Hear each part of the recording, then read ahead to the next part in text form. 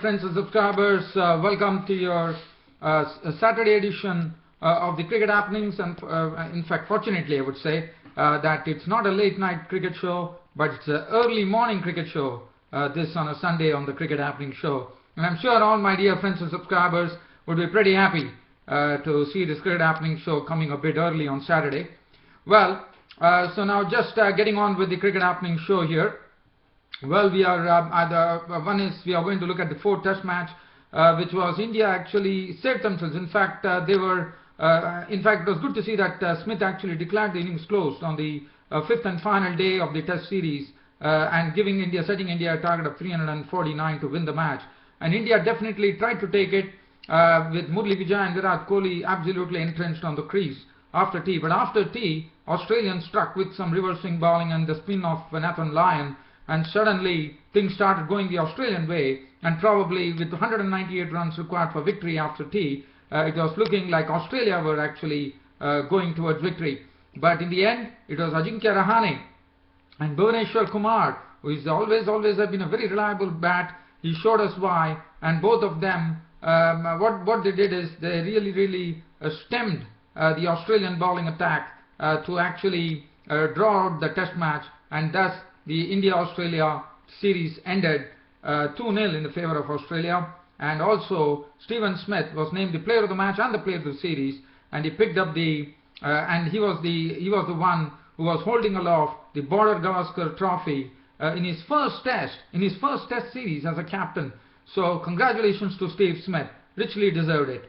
Okay, now the other thing that we are going to talk about is today we are having the New Zealand versus Sri Lanka, the one-day international series starting after New Zealand beat Sri Lanka absolutely hollow 2-0 in the Test series, and now the focus will be shifting on to the one-day internationals. And we all know one-day internationals are of immense value now, because everybody would be keenly watching each and every development in the one-day internationals, and there will be a lot of experimentation being done just to see which is the best combination that could actually take part in the World Cup 2015, which is coming up on 14th of February 2015. So keeping that in mind, today New Zealand and Sri Lanka clash in the first of the one-day internationals of the seven match one-day series, which is going to be played between New Zealand and Sri Lanka.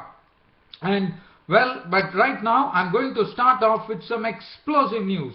This explosive news is coming, as you know, yesterday I gave you the cricket update, and later on I left you. But let me tell you what an innings Chris Gayle played. In fact, he went on to slam the fastest century by a West Indian player in international cricket, as he broke the existing record which was held by a West Indian, Kieron Pollard, and that record was actually broken yesterday by Chris Gayle, who smacked 50 runs of just 17 balls. And look at what damage he created. In fact, his 50 of 17 balls definitely set the impetus. Even though South Africans scored 165, the score of 165 proved too small in front of this Gayle storm that happened. And Gayle, making a comeback into the West Indian team after his injury, came back and really gave it to the South African bowlers as he pummeled them to all parts of the ground to make a 77 runs of just 31 deliveries. He got his 50 of just 17 deliveries. His 77 came of 31 deliveries, 5 fours and 8 sixes. And now on this cricket show, before I head off to the SCG to actually give you a report on what happened in the fourth Test, I'm going to start off with this first T20 match of the series, which started between South Africa and West Indies. This was the first T20 match which was played. And what a match we had. As I said, it was South Africa who batted first, and they made 165. And let's look at how Gayle actually got that 50. Let me enact that to you, dear fans and subscribers. Actually, the first over was played in a very sedate manner by Chris Gayle. Kyle Abbott was the bowler. Only 3 runs came off that over. And after that, it was explosion right away from the bat of Chris Gayle, as the first over was actually bowled by Kagiso Rabada. Kagiso Rabada is an youngster, and he was trying, and in fact it all started like this. The first 3 balls did not yield, it just yielded 1 run. Smith was the other, and he took 1 single, and actually gave the strike to Chris Gayle, and Chris Gayle didn't actually harm the ball for 2 deliveries. But from the 4th delivery, Kagiso Rabada decided to bowl a bouncer at Chris Gayle, and Chris Gayle, trying to hook it, actually missed it, and the ball sailed over the keeper. Now Chris Gayle decided that this is the time Kagiso Rabada is trying to give him something here. He's trying to really knock his head off. Chris Gayle decided that he is going to knock Rabada out of the attack, and that's what he precisely did. He started off with his next delivery, which was crunched over the long on region for a 6, and this time, once he moved his leg, he took a step down the leg side and slammed the ball over the straight mid-wicket for another 6. Kagiso Rabada was hit for 2 sixes. After that, Kyle Abbott, who was given respect in the first over, disappeared for a 6 of the final delivery as the ball went sailing over the long off region for a 6, and the West Indian innings had really started gaining momentum, with Chris Gayle showing what he is capable of. The next and that over cost 9 runs. After that, it was the turn of Kagiso Rabada. Once again, Kagiso Rabada was given the ball by Du Plessis, and Rabada this time went for plenty. The first and 2 balls, but it was Smith was on strike, and once Gayle got on strike, Rabada was disappearing. Now started Gayle's once again pyrotechnics, as that Rabada bowled a low full toss on his off stump, and probably this was not a very good shot, probably a fortuitous shot one could say, as the ball went past the backward point region for a 4. The next delivery, Rabada decided to bowl to Gayle. It was down the leg side, but it was gone. It was neatly flicked away by Chris Gayle over the long off region for a 6, and the next one was whacked for a boundary past the mid-on region. After that, there was a bit of a semblance of a bit of a lull in the over, which was bowled by David Weiss to Smith. So only 9 runs came. But now look at this over. Now this is the last over of the power play, and let's look at what Gayle did. It all started with Dwayne Smith, who was taking strike to Wayne Parnell. The first one was sent away for 4. It was a lucky 4 for Smith, and then Smith took a single, and now it was left to Gayle. This was the time Gayle really started his fireworks. The first ball that Wayne Parnell bowled at him, it was absolutely slammed over the mid-on region for a 6. The next ball from Parnell, once again it was a sort of a length ball, and this one was down the ground and into the stand which he went, and that was another 6. After that, the next delivery that Parnell bowled was pulled over the rope, and in fact it was a pulled, but it probably went 1 bounce and into the fence, so that was the boundary. And the last ball was full and wide of the off stump, and this was really carved over the point region for the 4. And look at what happened. Chris Gayle had got to his 50 in just 17 deliveries, thus breaking the record which was held by Kieron Pollard of West Indies. And what a knock from Chris Gayle. As I said, Chris Gayle took it all away from the South Africans by hitting this 50, and he was not done after the 50. And in the power play, in end of over 6, there was 23 runs which was leaked by Wayne Parnell, and West Indies score at that time was 78 for no loss in 6 overs, in the power play overs, with Chris Gayle was not out on 53 of 17 deliveries with 5 4s and 5 6s. Dwayne Smith was not out on 20 with 3 4s. And look at what happened. The next ball, Dwayne Smith was out. He was LBW bowled Imran Tahir for 20. And then there was a bit of once again a lull, as Gayle was a bit watchful there. But when Imran Tahir came in, Imran Tahir was hit for a 6 down the ground by Chris Gayle. And then Chris Gayle, once again Imran Tahir came in for the next over, that is the 11th over, and Gayle decided to punish Imran Tahir. The first ball was absolutely smashed over the long off boundary for a 6, and then Gayle actually changed his bat, and this time a slop-swept switch of the mauling of Imran Tahir, and finally when Gayle had reached 77 of 31 deliveries with 5 4s and 8 6s to have done immense damage to the South African bowling attack, Imran Tahir struck as Gayle was trying to reverse sweep a delivery, and that ball actually got his glove, and the ball actually went up in the air. The Van Wyk behind the wickets, Monty Van Wyk behind the wickets, took the catch. It was all over. What a superb source of entertainment for all the spectators here at Newlands in Cape Town, as Chris Gayle went on to slam the fastest 50 by a West Indian in Test cricket, 53 of just 17 deliveries.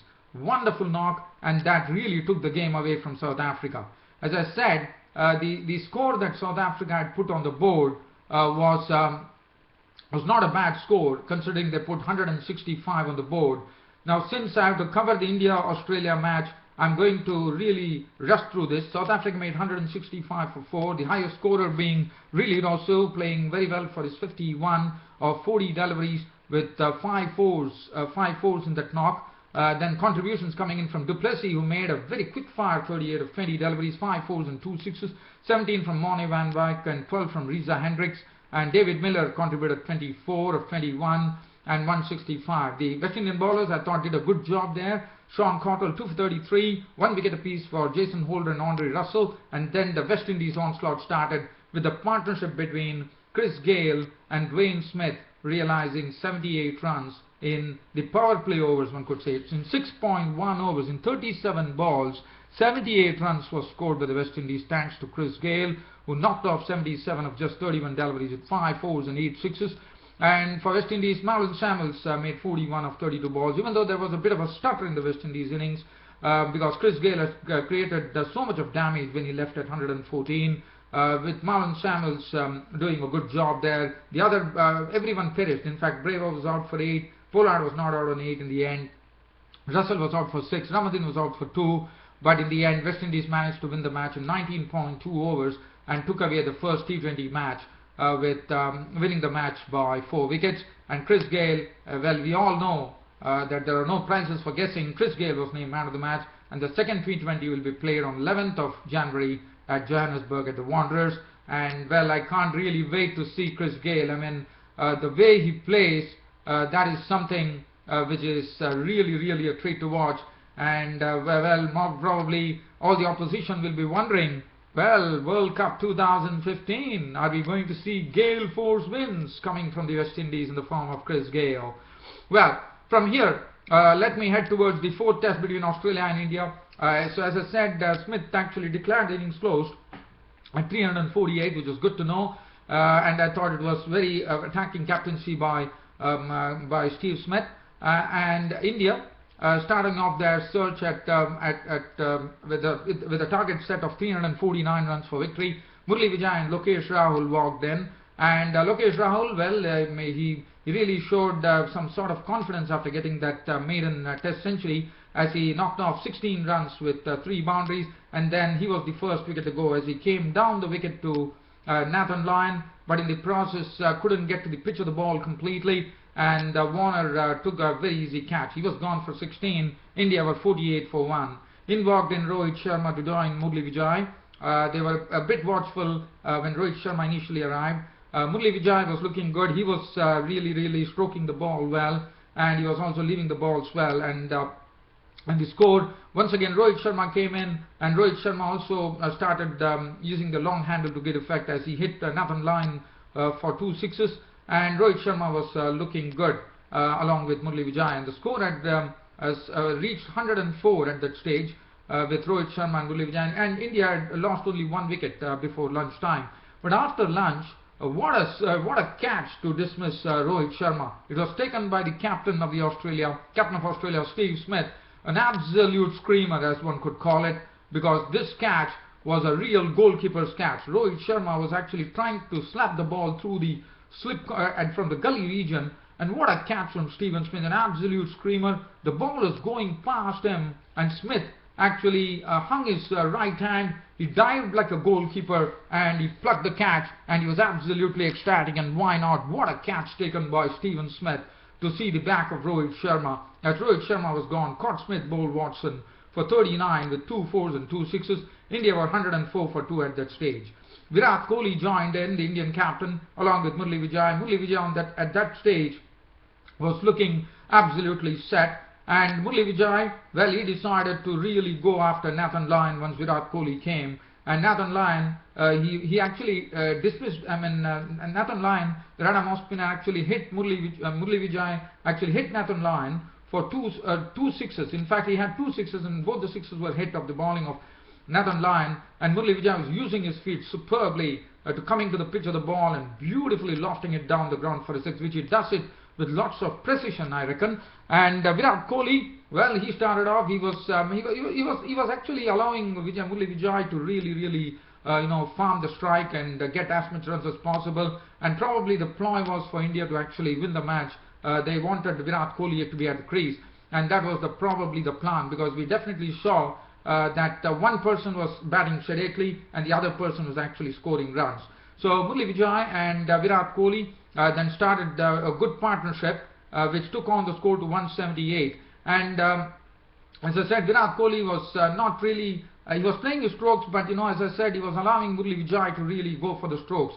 And Murali Vijay didn't disappoint either. He played some beautiful strokes through the offside, and especially Nathan Lyon was taken to the cleaners by Murali Vijay, as in 2 overs, in 1 over he deposited him for 16 runs by hitting 4, 6 and 4. And then he also, I thought it was before tea, that Murali Vijay went after Nathan Lyon and hit him for another 16 runs. And Nathan Lyon was absolutely put off by Murali Vijay, who was really going after him. And India had done a fine job with Virat Kohli and Murali Vijay, really putting on a very good partnership of 74 runs for the 3rd wicket. And India were absolutely well placed at tea time. They were looking solid at that particular stage at 175. Not a single, only 1 wicket had gone, and India were doing a good job there. And the score was almost 170 runs for 2 wickets. And Murali Vijay and Virat Kohli were looking good.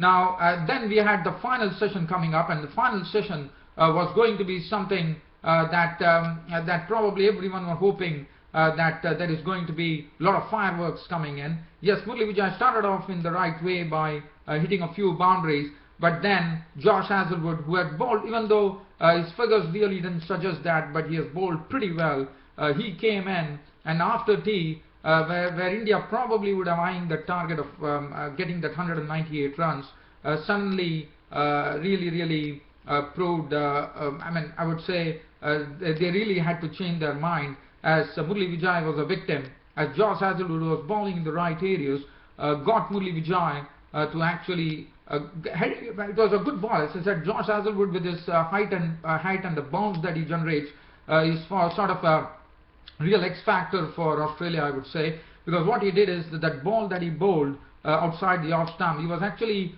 probing outside the off stump, and that particular ball with Murali Vijay probably was trying to actually cut the delivery, suddenly gained some bounce, and Murali Vijay was a goner, caught by bad handing of the bowling of Josh Hazlewood after making a fine 80 runs with 7 fours and 2 sixes. India's score was 178 for 3, and then look at what happened. India still probably having hope with Virat Kohli and Rahane in the crease, but Mitchell Starc was brought into the attack, and Mitchell Starc really bowled a good line, I thought, to Virat Kohli. He was testing him outside the off stump, and Virat Kohli was gone. In fact, Virat Kohli was probably trying to actually cut it, and the ball actually took the edge, and Watson actually took the catch in the slips, and it was over for Virat Kohli. And Virat Kohli was out for 46 with 3 fours, and at 201 for 4 with Raina and Rahane at the crease. India still had hope because they are 2 accomplished batsmen still there at the crease. But as I said, Australia were absolutely onto it after tea, as Suresh Raina, who actually bagged a golden pair as he was out first ball in the first innings on his comeback. In the second innings, Suresh Raina was a goner, as Mitchell Starc got a ball to Suresh Raina which came in, and it was bowling at 150 Ks, and Suresh Raina was trapped in front of the stumps. Up went the umpire's finger. Suresh Raina disappointed, out for a duck. LBW bowled Starc of 3 balls, and Suresh Raina had a very disappointing test match, and India suddenly were finding themselves in trouble at 203 for 5, and now it was Wriddhiman Saha, the wicketkeeper, walking out to join Ajinkya Rahane, who was looking good at the crease. Now, so the pressure started piling up on India, and Wriddhiman Saha, let me tell you, he was struggling, and Nathan Lyon was getting the ball to actually bite off the foot marks, and one of the deliveries that he bowled, actually I would say Ridhiman Saha was absolutely unlucky, as this was a ball which Ridhiman Saha, it was straighter delivery, and Ridhiman Saha actually probably playing for the turn was really caught in front of the stumps, and for Ridhiman Saha the ball never turned. The ball kept on coming straight, and in fact the ball kept low, and Ridhiman Saha was walking LBW ball line for naught, and suddenly there was a huge roar in the stadium, and the stadium, the SCG stadium had suddenly come to life as Australia started nipping wickets absolutely in a very, very wonderful fashion, and India were going down at 208 for 6 as Ravichandran Ashwin walked in to join Ajinkya Rahane. Now Ajinkya Rahane was there, so India probably, that was the time to actually down the shutters for India.